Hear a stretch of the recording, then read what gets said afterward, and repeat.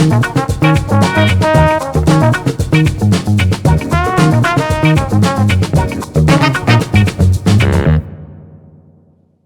think, a few episodes into this show, we've kind of set a standard that we're just covering adult movies. Yep. Worst person in the world. And pretty adult. Pretty adult. Texas Chainsaw, very adult. Yeah. The Batman. Pretty adult. That's the closest we've gotten to maybe a kid's movie, but I wouldn't take a kid to see the Batman, I would not either. I'm not sure I'd take a kid to see this. The Lost Jackass episode. Yeah. that we haven't mentioned, which, sometimes the pilot doesn't make it to air. Yeah. It's just the concept. That's exactly right. But here we are covering a kid's show. Jordan Delacruz here with Dan Lawler. I didn't know we were going. No, we're going. This is Hollywood. Yeah, we're going to keep it loose. I might just stop hosting too, and then you're just going to have to pick it up. So stay on your toes. And also thanks to everyone who watched our discussion on the Batman. I had my doubts about putting up an hour-long video of us talking about a comic book character, but a lot of people showed up, and thanks to everyone that watched and reached out with thoughts. A lot of opinions on the Batman. Tons of them. They cover the spectrum. Today we're getting into the latest Pixar, their new film Turning Red, the feature debut from director Domee Shi. This film tells the story of Mei Lin Lee, a 13-year-old Chinese-Canadian girl who clashes with puberty, coincide with her family curse that turns into a giant red panda when she becomes too excited. That's literally like, I think the IMDb thing, like the summary said, a 13-year-old Chinese-Canadian girl turns into a red panda when she becomes too excited. That's it. That's kind of it, right? Yeah. Not enough mention of boy bands for my money, but yeah, it's a pretty big part of the movie. Yeah. I mean, and it's funny because we were doing prep today and I listen to Spotify a lot of the time. A lot of the time I listen to the soundtrack or the score of the movie that we're covering. Right. That's exactly what I was doing as well. I know. I noticed because I got the little friend feed. I was listening to like the Ludwig Göransson like score. Uh-huh. And I noticed that you were listening to the boy band tracks. It's all listed in one thing on my Spotify. Sure. No, yeah. Just had that one actually on repeat. So this film is the second Pixar film to release exclusively to Disney Plus. Do I have that right? I wrote that down, but I'm like Luca went to Disney Plus, right? Luca went straight to Disney Plus. Did Soul not? I swear, did Soul have a theatrical release? It was in the pandemic. I remember that, but it might have been that first like wave of like, okay, we're going to kind of dabble in theaters. I can't remember. It might be the third. So they're on kind of a streak with Disney Plus. And I just want to do a couple temperature checks here. Let's do them.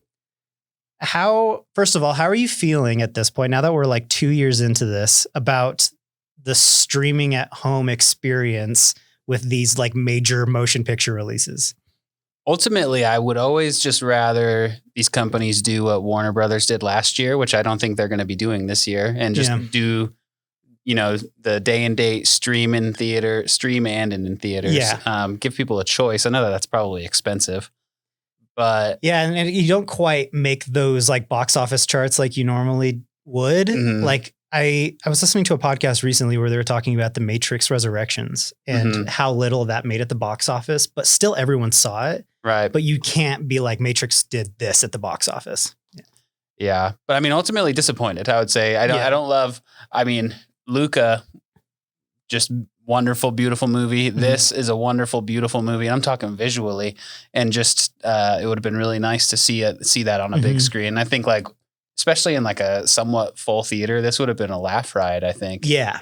And that's my biggest qualm with my setup, is that it's really bad. Like my TV is really old. Mm-hmm. It's like a decent size, but it's just old. So like it doesn't pick up the darks as well. Right.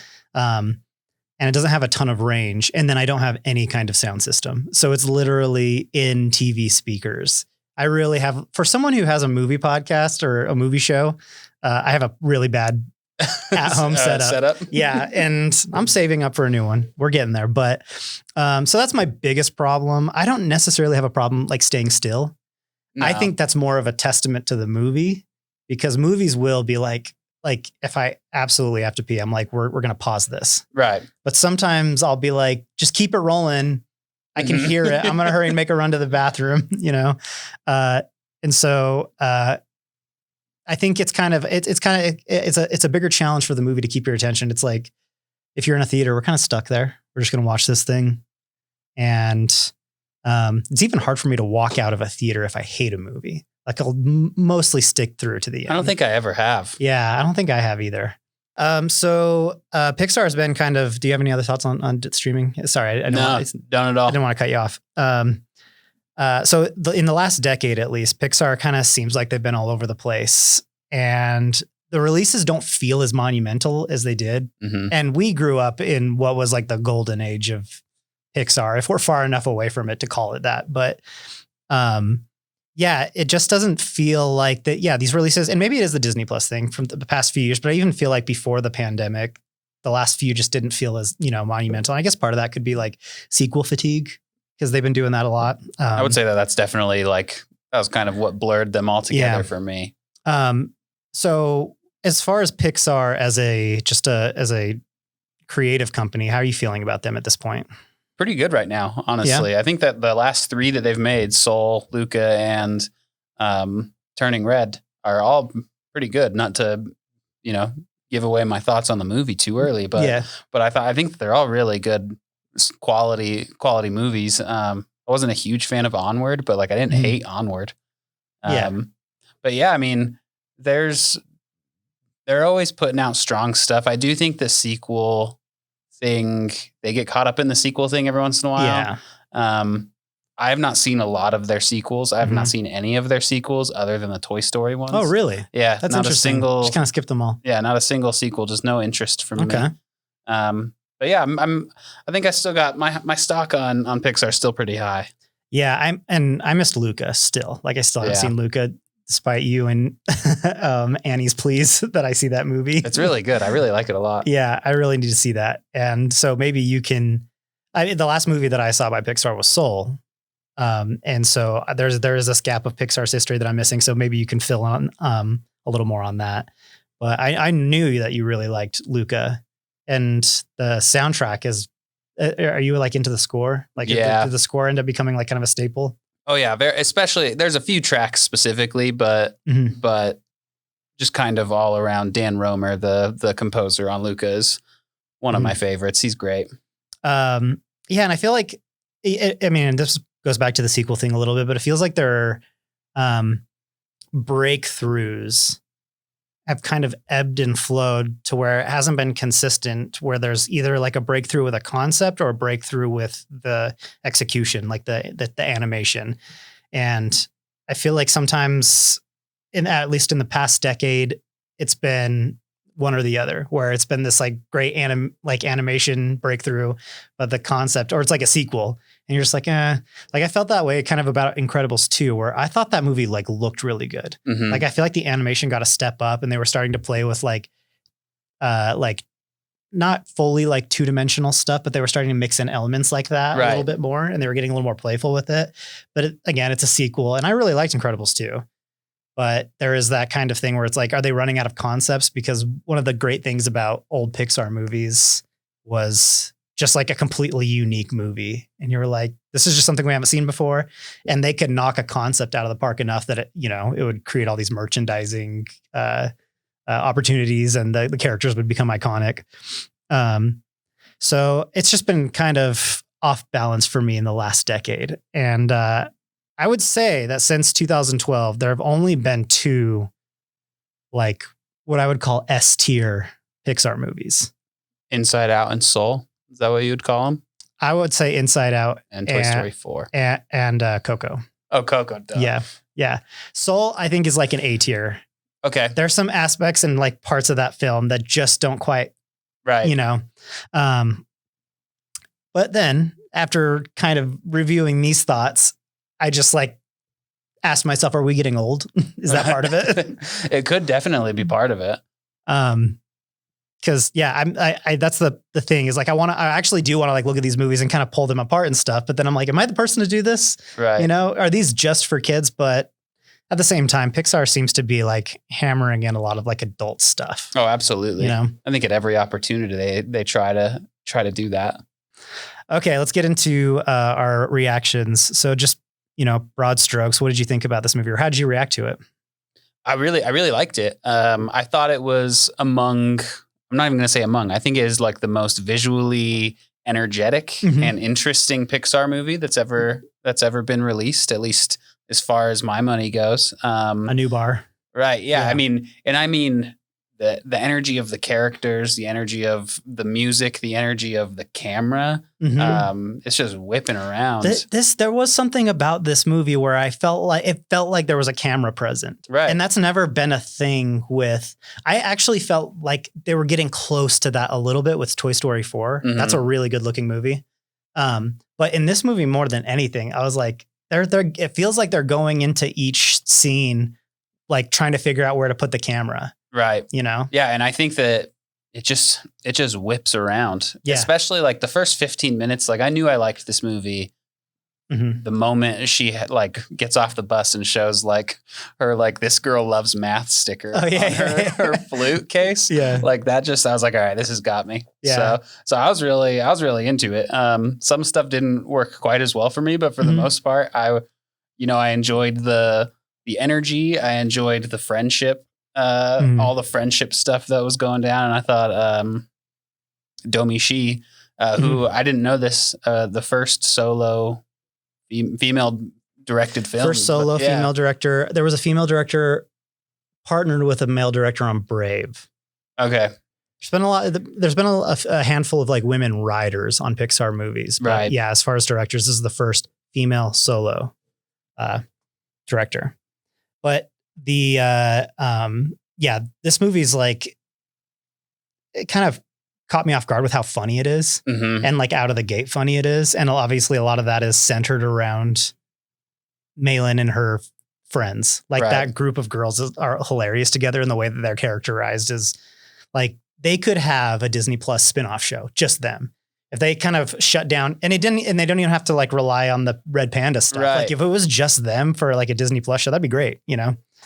Another thing that I liked the generation gap kind of as a catalyst for the plot. Like I thought that was something interesting that has been kind of pervasive in the culture in the past few years, but no one is really like, and I'm not necessarily saying that this movie landed it. It's like the definitive, version of that story, but I like that when people touch down on that at this point. Totally. Yeah. And I thought the whole, I really loved the setting of the movie, right? The Toronto. I know we're talking broad strokes and I'm getting quite specific, but Toronto as well. But the 2002 Toronto, like Tamagotchi, you got like A-Town or 4-Town as a stand-in for O-Town. Like all of these. I remember watching it and being like, if you're from Toronto, this must be a really cool movie. Right. Because I'm not too familiar with Toronto as a city. I've never been there, but there's a couple like buildings that are famous and you're just like, oh, okay. So they're actually representing Toronto because you don't really know when they are and aren't representing the real world, Like, I don't know how, like Luca's supposed to, is it Italy that takes place? Yeah, it's some town in Italy. And is it like a real town or does it seem like a kind of closed off fictional thing? It's not, I think it is a fictional thing that is based on a real town. Like it's not like Toronto, here's that tower. Sort of, you know what I mean, situation. But there are towns similar to the town that Luca is based off of. Yeah. And so, when it was clear that they were just like doing Toronto, I was like, that's cool. Yeah. The portrayal of boy band culture to me will always be funny. Like it's never not funny. I'm a big DeJour fan. Josie and the Pussycats. There you go.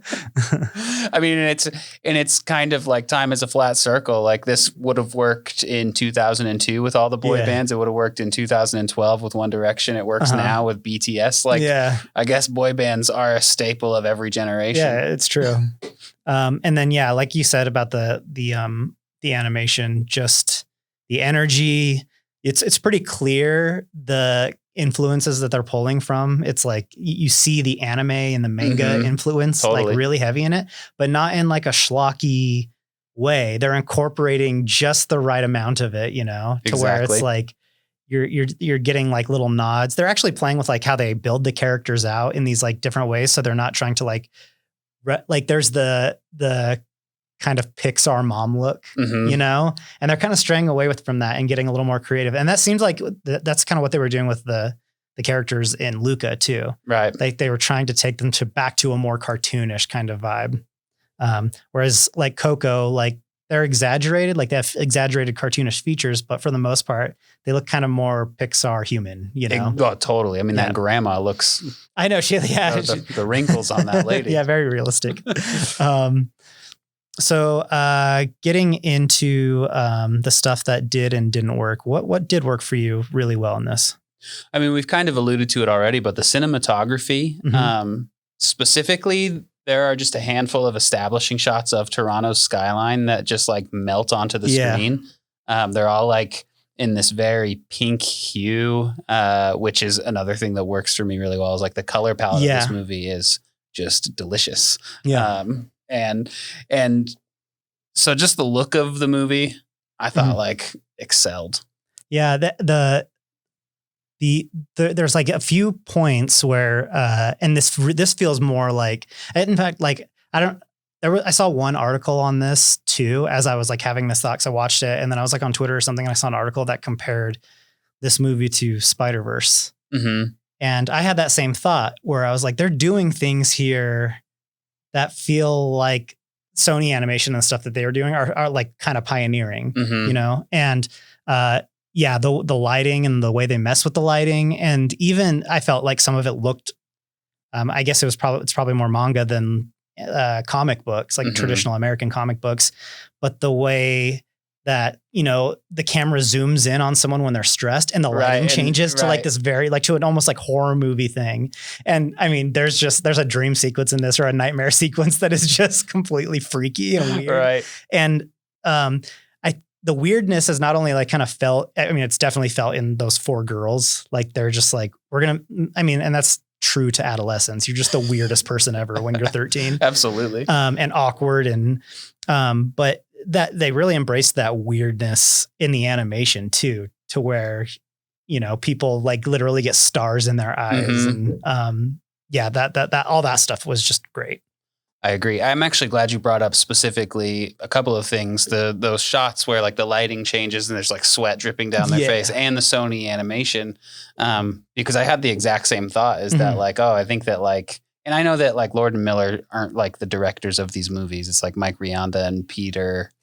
I don't remember the director of Spider-Man, but like those styles are starting to kind of push the culture forward in a way that Pixar has to actually adapt to as well.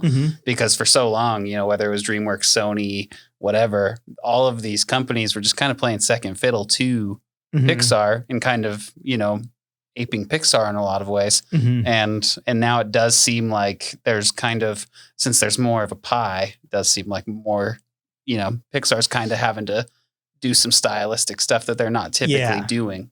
So that totally. Even in the motion, there was this point, and this has a lot to do with Pixar, where, you know, films come 24 frames per second and they would use every frame for motion. I mean, that's how it works with a camera. Like you film someone with a camera, every frame has a different little change in motion. But if you go back to traditional animation, they would edit on the twos. Right. So in 1 second of animation, there would only be 12 unique frames. So they would double up and it would give that animation the kind of animated feel. And I think even some of the Miyazaki films edit on the threes. So they only have like 8 unique frames. And that gives that really unique look in the motion and stuff like that. And then everything just got really smooth when they moved to 3D. And then Spider-Verse went back to that and started editing on the twos again. And now you really see like the kind of, there's like a flow to it, but there's also this like subtle clunkiness to it. Right. And I felt like they did that here too, where it doesn't have to be completely smooth. Things can be a little clunky. And even I felt like the amount of like motion blur that they took out of this movie, like there's not that much when characters are moving. I was actually trying to look for an example of it because I was watching this one scene, I was kind of flipping through it and I was watching a scene where a character is like moving really fast. It's actually when she was like, moving around her room, like with her notebook and stuff.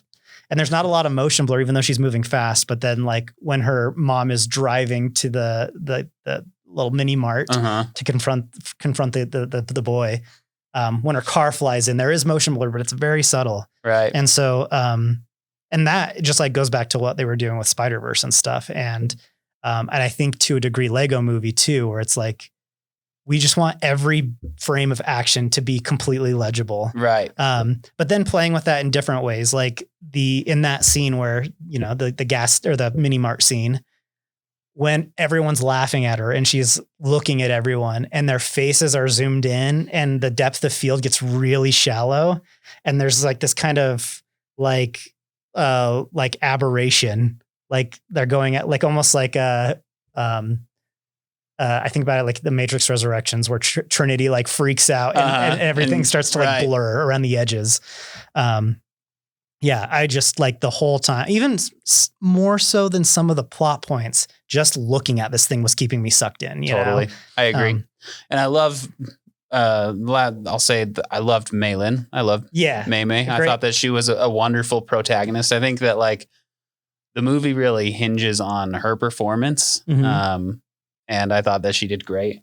Her and her mom specifically, like that kind of relationship is obviously kind of the crux of the movie outside of, you know, I mean, I think there's a few different things, but it really worked for me in a lot of ways. Yeah. Big Sandra Oh fan. Yeah. Big Sandra Oh fan. I thought that she was incredible. Some of the mom stuff doesn't quite. Yeah. We'll get into that land for me.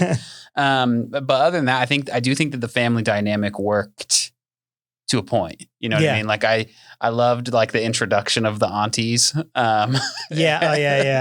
Just there are so many moments in this movie that are just like real laugh out loud moments. That's really what I miss about the theater experience is like, man, I would have been slapping knees. Yeah. It was a hilarious movie. And the way that the girls were characterized and just like, I think about the title card where it's like the title design on the roof and she's dancing to that song. And it's just it's like a single locked off shot and it's just hard cuts between her doing dances and stuff. And the way that she's dancing and the faces that she's making, she looks like a real 13-year-old girl, right? Even though she is portrayed in this very cartoonish animated way, they just like really locked in on the vibe of a 13-year-old girl. And it was hilarious. But yeah, like I said, I could just watch those four do a story with or without the Red Panda stuff. Okay. Let's get into things that maybe didn't work as well. Right. I'll let you kick this one off. I'll let you be the bad guy. Well, I do think that some of the mom stuff is a bit cartoonish, and I mean, it's a cartoon, but like I could not like fathom the going to the mini mart or going to the friends at a certain point in the movie and like blaming the friends for something that Maylin does. There was some stuff that I was just like, this is a step too far. Bringing the period products to the school, I was just like, is this? This just feels like a step too far. Yeah, it borders. Like there was a point where I'm like, is this abuse? Like emotional abuse? Like it was so aggressive. And also that is kind of a just cliched character, like the parent that's obsessed with the child's success. And I wasn't necessarily buying into them having a great relationship. Right. You know, like she was pretty cold, even though she had these moments where she was like, oh, you're so great. I'm so proud of you and stuff like that. That was very, took a huge backseat to like her coldness and her intrusiveness. And, when it got to that point where she was showing up at the school and stuff, I was like, there's no, like, of course I feel it too. Like it's effective, but if you're just like watching it and then like, I mean, if you have to ask yourself if they're taking it too far to manipulate you, you know, because that's a real feeling. I think that it's digging up, but it's like taken to such an extreme, you know? Right. And it does like kind of what you're saying where like she has these moments of where she's a bit softer. That's where it like really confuses me is like, so this mom has all of these sort of attributes. She is protective. She is a bit crazy. She is soft. She is driven. She is independent, all of these things. And they all kind of clash in a way that didn't really make a ton of sense. You know what I mean? Yeah. And especially when like you see her relationship with her mom. And I know that is just the truth of life. Sure. That that felt real. That aspect of it. That we have the problems that we have with our parents are the problems that our kids are going to have with us, because that's just how it works. I guess we all just have the better and the worst parts of our parents in us. But it didn't always land. And another thing that really didn't work for me was there was a lack of explanation around why they were trying to get rid of these red pandas to begin with. I mean, it's very clear why Ming, who I believe is the mom's name, it's very clear why Ming needs to get rid of her red panda, as you'll see in the film. But it's basically a kaiju. Exactly. It's crazy. She is a kaiju. But like the rest of them are normal size. It seems like Mei Lin specifically is just like a fun person that has a little bit of a hot button. You know what I mean? Like she's got a bit of a temper, but I never understood why they had to get rid of them. There was no unless I'm misremembering, there was no well, if you don't, this is what happens. Or if you don't, this is what happens. And it's just like, well, why does she have to get rid of this? Yeah, I know exactly what you're saying. It felt like the problems with being a red panda came from the pressure of other people that turned into red pandas. Exactly. It's not that because Mei Lin, when she has an emotional problem, she'll scream into a pillow. Mm-hmm. She'll stomp around in her room, but she'll never confront her mom. She'll never confront her friends.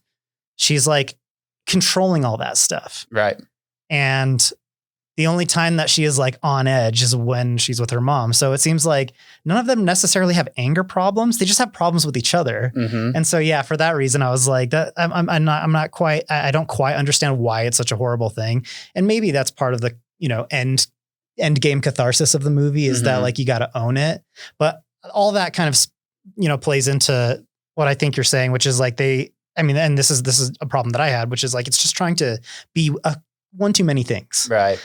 Where at first, when the red panda stuff started happening, I started to think of it as and I think the director has said that this is kind of a parallel for puberty. Mm-hmm. And so I was like, okay, it's going to be kind of this movie. And then it turned into this generational clash movie. Mm-hmm. And then it kind of turned into this friendship versus familial relationship clash. All really interesting ideas, but it never really lands any of them. Totally. And so it's kind of all of these things, but it's also none of these things. And so I kind of just wish it would have picked one and kind of stuck with that, Yeah, I totally agree. Just some other things where I was like, okay, and this doesn't necessarily feel reflective of the director personally or anything. This feels like more Pixar or Disney stuff, but it kind of dabbles in queer identity without ever embracing it. Oh yeah. Which is their favorite thing to do. I know. Yeah, it really is. And it's funny because last year we saw an animated movie that did embrace that. And it was great. Mitchell's versus the Machines. Did you see that one? Yeah, I loved it. Yeah. And it's phenomenal. And it wasn't controversial or anything like that. The controversy of this movie has been one of the most ridiculous things to read on the internet. See, I've not engaged. It's awful. There's definitely been more talk about reviews and people's perspective on the film than of the film itself. Right. And that's always fun. Yeah. It's way fun. The 2002 thing, I got really excited at the beginning when they revealed that this is 2002. I like when they especially because it's either a period piece from something that the audience has not experienced, the 70s or whatever. But just focusing on 2002, I'm like, oh, I remember 2002. Right. And then I feel like it was just kind of an aesthetic choice for a few touch points, and the rest of it actually felt pretty modern. Yeah. I can see that. And maybe that is part of the, this cultural apex we're getting to, where just bell bottoms and skinny jeans and whatever, everything's totally in. So nothing is unique to the time anymore. Maybe that's part of it. The Tamagotchi thing. I was like, you could have a Tamagotchi now. Totally. Right. You could have, and then there was that one shot of all the cell phones. That's actually the first time that my girlfriend was like, oh, this is an old, this takes place then. That's funny. Because there's a Nokia phone in it. Yeah. She's like, oh yeah. Yeah. It really is more aesthetic. You're right. Because I mean, it's there are a few touch points. There's the boy band thing. There's the Tamagotchi. I think that the fashion and the way that her friends are somewhat styled. Really quickly, I realized I didn't mention her in the what I liked, but her friend Abby, who is just like Melissa McCarthy, like stuffed into a small girl, animated character, is a fucking hoot. Yeah. So funny. She's insane. So funny. But sorry, continue. But yeah, I think this is personal to me. This is a non-issue. But me personally, I was like excited for 2002 to be portrayed in this way. And I was like, it kind of just like left that a little empty. Yeah. I don't even know. We could possibly cut this if it comes out horribly. There was a part of me where I was like, they're kind of dabbling with furry imagery, just a little bit. And I'm not talking about like the red panda or the design of the red panda or anything, or a girl turning into an animal or anything like that. Like I love that aspect of it, but there were like parts where she just has the ears and the tail. Right. And I'm like, that's like a little too, and of course, like you're not supposed to be the one who brings that up, because then it's like, oh, are you but it's all over the internet. Like I like, and I know that it also is associated with like, you know, anime or manga culture or something like that, or stuff like that. But there was just a couple of times where I'm like, are the people working on this movie not aware of like what's going to happen? Yeah. And like, this is stuff that everyone knows about, right? But no one really talks about unless they're making fun of it. Yeah. So, and then there was just this kind of like, I actually went into this kind of thinking it was going to be something more along the lines of like Coco, where it was going to be this kind of lesson on Asian culture. Not necessarily, like Coco's not a lesson on Asia. It's not trying to educate you necessarily, but it's drenched in like all this unique Mexican culture. And I thought that that's what we were kind of getting into in this, but it's kind of again one of those like aesthetic things where it's not necessarily diving into Asian culture. I don't even think that. I mean, and again, I'm not Asian, so I'm not the person that has final say on this at all. I'm just talking about like what I was expecting to learn and what I did. I'm not sure if like the Red Panda stuff is specific to Asian culture. I think it's specific to this family. Right. And obviously like a red panda is like an Asian animal, but like, and then the ancestral stuff, that feels like it's kind of like a white person cliche, like a Western representation of Asian culture cliche, you know? And then the part that I kind of like had that in my head, I was like, oh, okay, interesting. And then when the hustle starts, where she starts selling the red panda picture, you know, I was like, okay, so we're looking at a girl who has like this Chinese ancestral, I guess you could call it a curse, I guess. I don't know. You embrace it at the end, but I guess at that point in the movie, it's like a curse, something that she's kind of ashamed of and she's trying to hide. And then she finds out that like the white kids at her school like it and they think it's really cute. So she kind of exploits it for money that she dumps back into like white culture. That is interesting. And I was just like, huh, that's kind of interesting. Yeah. And I hadn't thought about that. And again, I'm not the person that has final judgment on it. Again, I was like, I want to learn. I feel like I was going to learn something because that's what I felt like going out of Coco. You know, I was like, there were so many things I just didn't know about Mexican culture. And obviously that took place in Mexico. Right. And this isn't, it's not even American, it's Canadian. So it's like a Chinese Canadian experience. And that's North American. North American. Again, I don't think those are things that derail this movie. No, not at all. And even though there's things, I mean, we're picking apart a Pixar movie, whatever. It's a hoot. It's a good movie. It's fun. A hoot. So do you think, as far as Pixar films go, animation, do you think this movie broke new ground in any way? I don't know if it broke new ground for animation, but I do think it does break a bit of new ground for Pixar, just in like the visual style of it. Yeah. And like you said, like we're kind of talking about Sony as like the people that are pushing it right now. And they're kind of like, okay, we're on this train too. Like exactly. Just like they were the ones leading at one point, and then everyone's like, yeah, we got to get on the Pixar train. But I mean, at least they're like seeing what people are responding to. Yeah. Yeah. But I mean, like, that's all that I could really think of, aside from like kind of positioning a Chinese American or a Chinese Canadian family as like the main thing. I guess that would be new ground, because I don't think that has happened in a animated film or a Pixar film. But Yeah, I think we could just call that the highlight of this movie. It's just the visuals of it. There was a point where all four of the girls were like together in one shot, and I was just looking at the texture on their shirts. Right.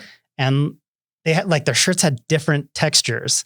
And I don't think it was because they made them realistic. I think they exaggerated them to just the right point. Right. Where like her friend's flannel like looks like flannel. And if you look really closely, there's even some like pieces, like furry pieces hanging off of it. You know?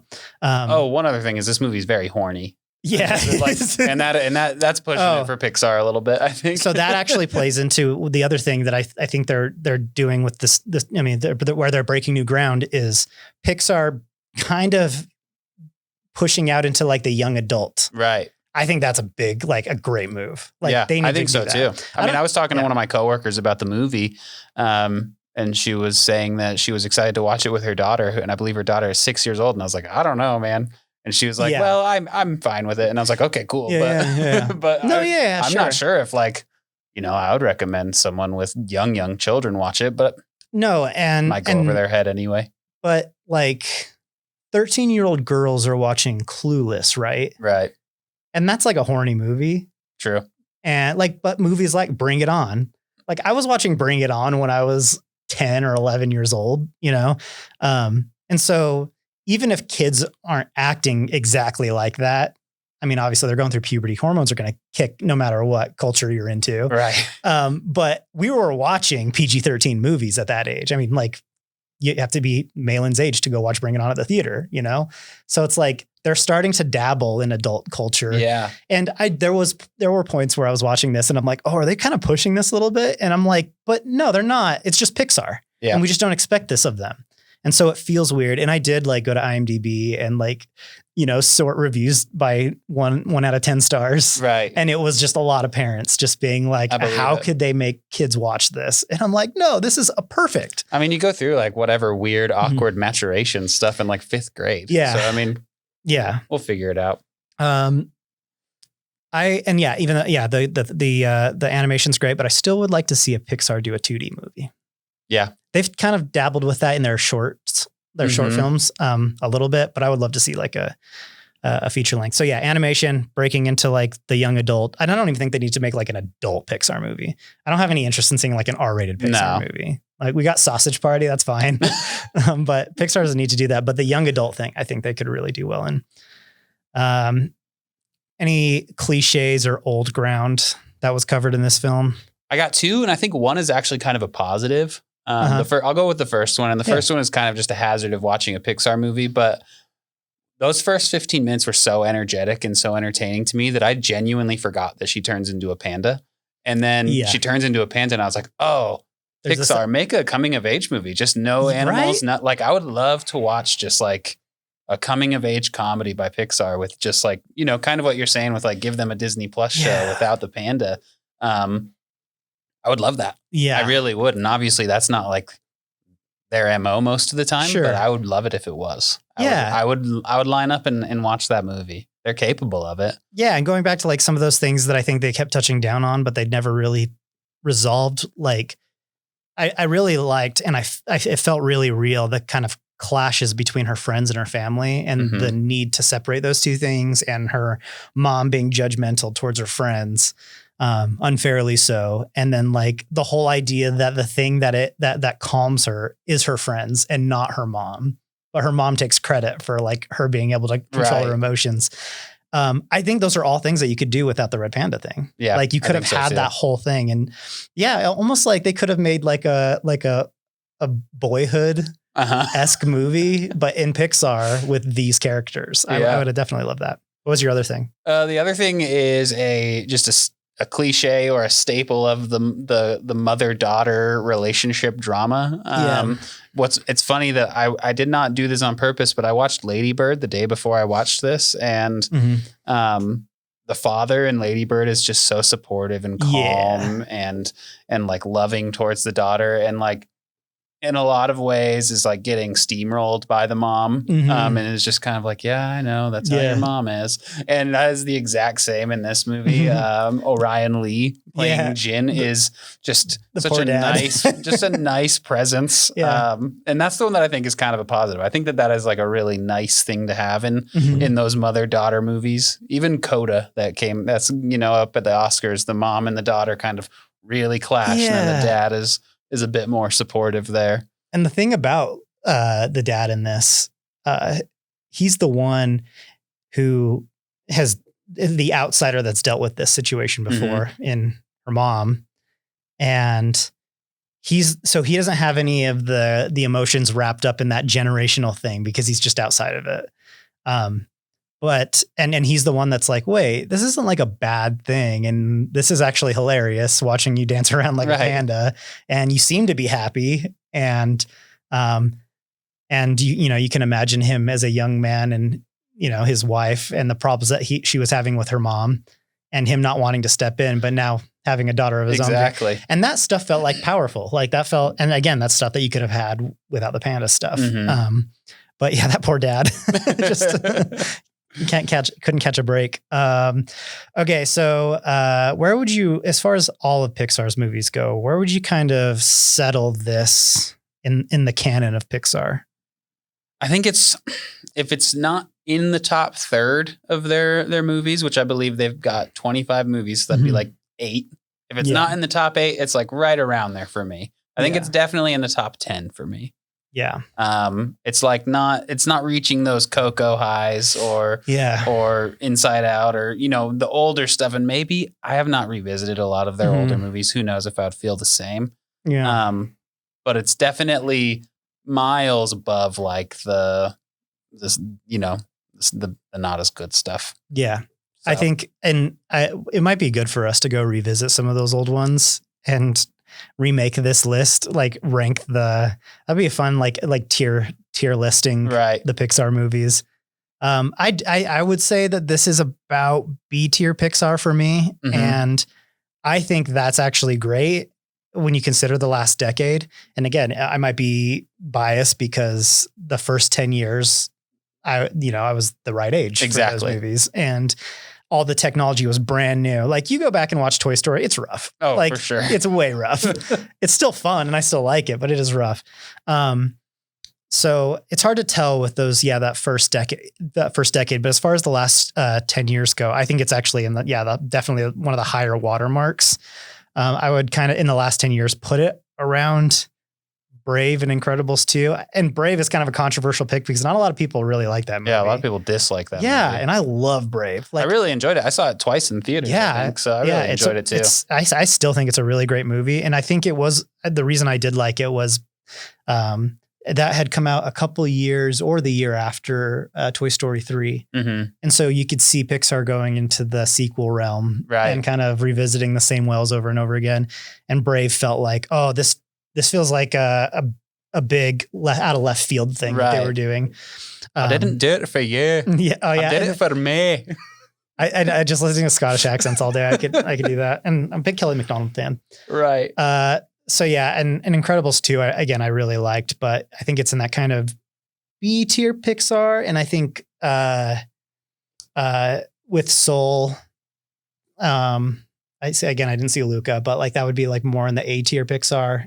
And then the only really S tier Pixar that we got in the last decade was Inside Out and Coco. Yeah. Where they had like all the ideas were wrapped up into it. They executed it perfectly. They all had things animation wise that were interesting. Right. So one of the cliches that we didn't go over that is kind of standard in Pixar movies is the like emotional devastation moment. Right. And in Turning Red, I thought that moment was like good. Like it was effective. It didn't hit me because I just don't think it was loaded with enough, And, we're talking about in the bamboo trees. Yeah. Okay. Yeah. I actually thought that was like really powerful. Like her meeting her mom as an adolescent. Right. Like anytime you do that, whether it's a time travel movie or something, that's always like, that always hits you. Totally. So out of all the, emotionally devastating moments in the Pixar canon, which one do you think is the saddest? I think the easy answer is just the beginning of Up, Yeah. that first 8 minutes or whatever it is, that is just like tells more story in 8 minutes than it does honestly for the rest of the movie. I got big problems with Up, but like that movie is that beginning of the movie is really, really great. And I wish the rest of the movie followed through on that. Yeah. But for the sake of like a fun conversation, I wanted to list a couple of other ones because I do think that like, I mean, maybe you disagree, but I think that one kind of just takes the cake. Yeah. Well, yeah. Okay. I continue. I think Up is, I mean, first of all, you said it perfectly where it's just like high mark goes downhill from there. And it's like a funny movie throughout, but there's parts of it where you're like, what is this about? Good. Yeah. But the ending of that movie is off the rails, just like in blimps. Yeah. Lots of dogs with robot voices. And I also think it's more of the manipulative. Yeah. Where it's like, I like things that are loaded up with meaning and then there's like this build up and then a release. Okay. You know? A few other moments though. The opening of Finding Nemo where that was rough. That came out. I was in, it was the summer between my 6th grade and 7th grade year. And I just remember being so embarrassed, crying in the theater because I wasn't comfortable with that yet. That Thomas Newman score, I think it's Thomas Newman in that like those like kind of piano refrains during that opening part. Like I hear that without the movie and I'm like, that's a bit rough. The Bing Bong moment in Inside Out is pretty tough. And then the Remember Me scene in Coco when he's singing to the grandma. That's devastating. Those are all, the Remember Me one, that's another great example of one that's where it's like, everything's loaded into that moment. The song, the ailment that his grandma has, him expressing himself through music, like all of those things are problems in the movie, and they all come to a head in this one moment, and then you're just like, oh, I'm fucked, you know. And to that same point, I think that's why my favorite and the saddest to me, it's like, and this is why I love it, because it's not completely sad. But in Inside Out, when Riley has her breakdown at the end of that movie, that part fucks me up so much. And for the same reason, it's like, I mean, the movie's about her emotions and how wild. I mean, it's kind of similar to Turning Red. It's like this like kind of transitional moment. They don't really touch down on the puberty thing, but it's kind of in that realm of young womanhood, but it mostly has to do with her like moving cities and just all of that kind of emotional tension. And then her like running from the bus because she misses her family, her parents. She's about to run away back to her old town. And then like seeing her parents and like breaking down crying. And then just like that, it's all wrapped up in that one image of the ball that's like multicolored, right? Where it's the happy, sad ball. And I'm like, they just like kind of, they really brought the whole theme of the movie to a head with like one piece of imagery. And I still like the Bing Bong thing doesn't even really get me as much as that. Really? Like, and I kind of, it's one of those things that you can kind of see coming, like plot wise, he's a manifestation of her like toddler brain. So we know that's leaving. And yeah, they do it in a very like, martyr way. Right. Like I'm going to cut myself loose so everyone else can survive kind of way. And it is brutal. But as far as like emotional resonance goes, that whole scene with like her crying and talking to her parents, even thinking about it, I'm like, oh yeah, it hits me hard. But I just love how you can kind of distill that all into like one image. Really good stuff. But going back to the Turning Red stuff, I really liked her meeting her adolescent mom in the bamboo forest and that whole part. I just feel like because they made it about so many different things that it wasn't wrapping up something, and, but I still enjoyed it. I still thought it was really good. Yeah, I did too. And I could be wrong. I'm pretty sure Ryan squeezed out a few tears next to me. Oh, there you go. Part. So, it hit some people. Yeah, I didn't cry at all. So I think I definitely cried during Luca. I definitely cried during Soul. So typically they will get me. Yeah. But this one did not make me cry. And I will say that like we're talking about this because it's kind of like a cliche staple of Pixar movies that they're going to do this to you. And the way that they find a way to do it to adults too, where they're like, you haven't thought about this in a long time, but once you understand what we're going for, it's going to hit you. They don't need to. No. They don't need to depend on that. And if they completely went out of left field and didn't rely on kind of the tearjerker moment, I would be completely fine with that. Absolutely. So the future of Pixar, I know they have 4 movies on the calendar right now, but 3 of them are just kind of save the dates. They don't even have like projects tied to them. Yeah. The only one that is on the books, the only project that is on the books is Lightyear, which I honestly didn't think was a Pixar movie. Oh, really? I thought it was like a Disney Animated Studios or like a Disney Plus original type thing. I didn't know it was like actually a Pixar movie. Are you excited for Lightyear? Yes and no. Yeah. I was ready to be done with Toy Story after Toy Story 3, and then everyone was like, Toy Story 4 is really good. That's the same thing that happened to me. It's like, all right, I'll watch it. And so that's probably what'll happen here is if people are like, it's really good, Dan, I'll be like, all right, I'll watch it. So yes and no. I'm going to, you know what, just as if when we're doing the table setting at the next show, I'll watch Luca before then, and I'll just follow up with some Luca thoughts because I really have been meaning to see it. Lightyear. Yeah. Again, it's like, they're doing something new with this character, but kind of going back to this well for the 5th time in Pixar's history. It's like a lot of good things can come out of trying new concepts. And I think Turning Red is a great example of if you have a new concept, you can really there's no ceiling on what you can do with the visuals and everything. If you're making another Toy Story, there is a language that you have to stick to. Right. And even though Toy Story 4 looks amazing compared to Toy Story 1, it's kind of the same visual language. So yeah, I kind of hope they stop dipping in those IP wells. I hope so as well. But overall, I gave it a 3 out of 5 on Letterboxd. Turning Red. Yeah. I did not rate it, but I gave it a like. I like that. And I really enjoyed it. So yeah, if you were thinking about checking it out, you definitely should. And don't engage with the controversy. If they're talking about, this guy said this about the movie and, oh my gosh, this movie isn't for these people and it's all dumb. Watch the movie for yourself. We're never going to learn that giving people the attention brings out more of these people. I know. I wanted to hear about we just discussed Batman. Yeah. His presence brings about the bad. So. Yeah. Yeah. I don't know what we're doing next time. I guess we'll figure it out. I'm not going to start. I'm going to stop teasing things. I want people to watch before, but we don't release these on the day of the movie releases. True. We're not in the press boxes yet. So, but we'll announce it somewhere. Anyways, go watch Turning Red until then. Enjoy Turning Red.